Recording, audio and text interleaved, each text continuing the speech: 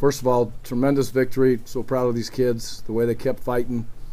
All three phases contributed, which was great to see. But just the fight, things don't go your way. You got a lead that you feel pretty good about, and all of a sudden it's right back in. And that is as good a college environment that you're going to get on the road. I mean, it was loud, it was crazy, it was hostile. That's what the Big Ten is. So my hat goes off to the kids in those white helmets, and my hat also goes off to those kids in those black helmets. The Iowa team is tough-minded, they're physical, they play the game the right way, they're coached extremely well, which you can see on tape. So individual efforts, there was a bunch of them there, but just that last drive there, the plays that Joel Stave was able to make, they blitz after him, Melvin catches the ball, gets the first down, Joel scrambles out, gets another first down.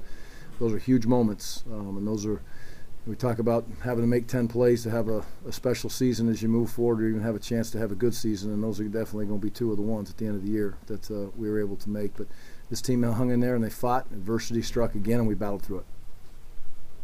Gary, what was the play you had called when Joel scrambled for the 12 yards? At the very end, 12-yard line. Just a drop-back pass. Yeah, I couldn't tell you. Our offensive play calls go on for about 5 minutes sometimes, so those kids are a lot smarter than I can. I can't figure them all out. So, but it looked like a drop-back pass, and he scrambled out of there. If you're the third down coordinator in that position, do you feel pretty good that you're going to bring number 2 down before he gets the necessary yardage? He's not exactly known for. Yeah, Joel made a great read. The defensive end. I couldn't even tell you right now if there was 3 or there was 4 coming. I don't know. But Joel saw the crease, and he took a good angle and was able to make a very, very good play. And Joel's done that in the past, and when he had to do it, he did it, which was great to see. But his patience in the pocket showed up 2 or 3 times a day when he stepped up, came back in, threw some balls. The 7 route to Kunzel was contested in the backfield back there. He had to step up and move on that ball. So his presence in the pocket was very good today. On your final touchdown drive, Coach, Melvin Gordon became a receiver. Mm-hmm. Yep, he's Melvin has really improved, and it's been talked about many times by myself throughout the year. That was something Melvin wanted to be better at and wanted to be involved, and he is. He's a big-time part of that. He made a huge play today at the end there, and he caught a couple balls that were big difference makers for us. So he's another weapon in the throw game, which is tough to deal with. What about that drive here? I mean, how critical was that drive when they finally got it down to 2 points and the place is going nuts? That was pretty much Melvin's drive, wasn't it?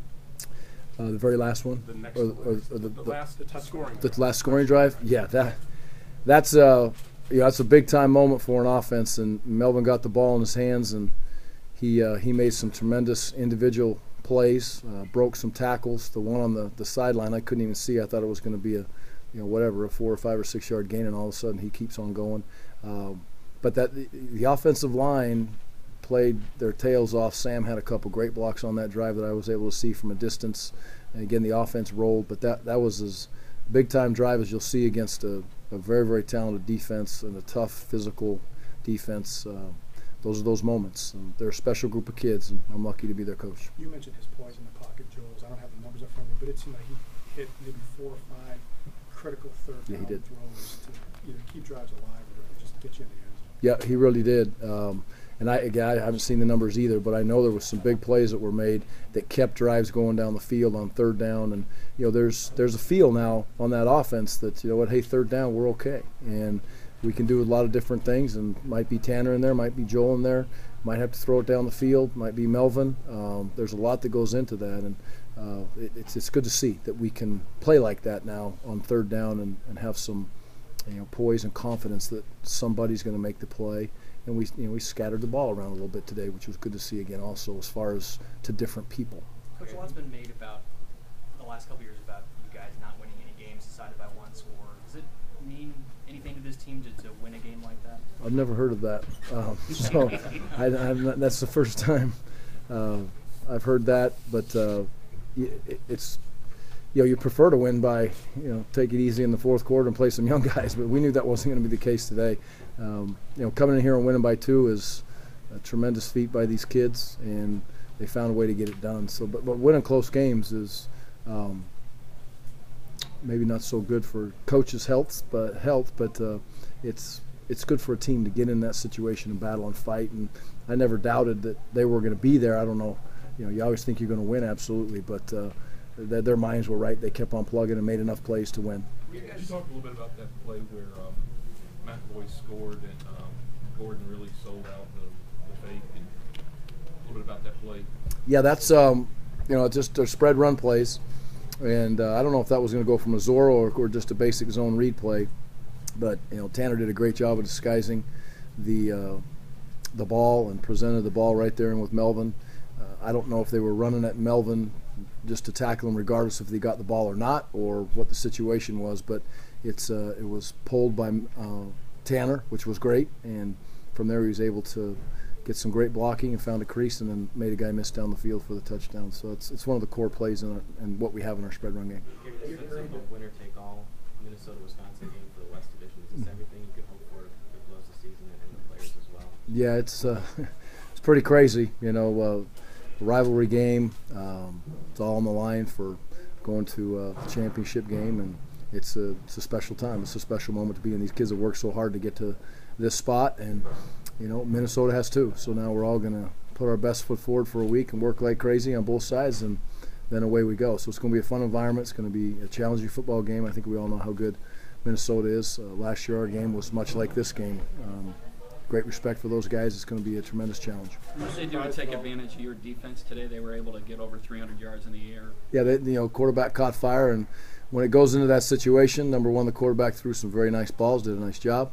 I thought our pass rushing was not good enough, and to their credit, they blocked us well, whether we brought some blitzes, 4-man blitzes, sometimes 5-man blitzes, in different ways and spinning in the back end. And then obviously we need to cover better. So it's an 11-man defense. Well, it's easy to just sit there and say I'm going to point the fingers and say, well, they're catching the ball over the top of people on fade balls.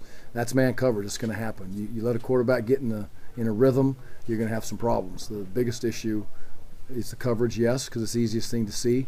But you let a quarterback be comfortable, and you're going to have serious issues. And today the quarterback was very comfortable. He's a good quarterback. They got good wide receivers, and he threw the ball down the field, and they caught him. So lots to work on to fix the throw game, or we'll have it continually be a problem for us. Yeah, Hoppy makes a 50-yarder early, then he misses a PAT at the end of the day. What's your assessment of his role in this game?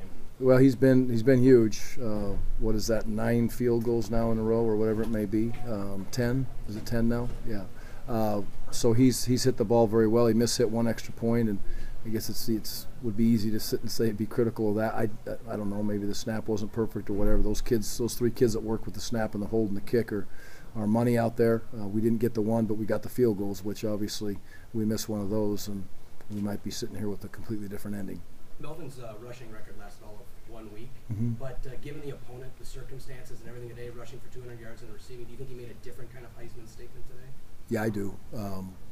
We've played against tremendous defenses in this conference week in and week out, and this was another one. And anybody that, I don't know how many times that you can look back and say, that's happened to Iowa's defense, and I'm sure it's not very often.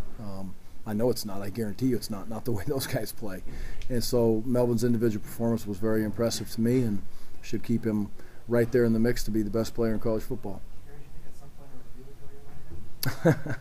I don't know. I'm kind of jinxed in that area, so we'll see what happens. Even tried to challenge one and lost that one too. So good thing I don't like Vegas that much, I suppose. Gary, Take what one can you tell more us for- about Corey Clement? What's that? Clement? It's injury-wise? Yeah. He had, he carried a little bit through the week. He did a nice job. We thought he'd be ready to go. I would say it was a little precautionary at times not to play him. If he absolutely would have had to have, and had to take the time out the one time because Melvin was tired. Melvin was not, well, he didn't tell me he was tired. I thought, you run whatever, 100 yards zigzagging back across the football field and it's on the 3-yard line. I'd probably be passed out, so I'm sure he was tired. So I took a timeout, but Corey should be ready to go. We're just trying to let it heal up and get him where he needs to be with the shoulder. Thanks, Coach.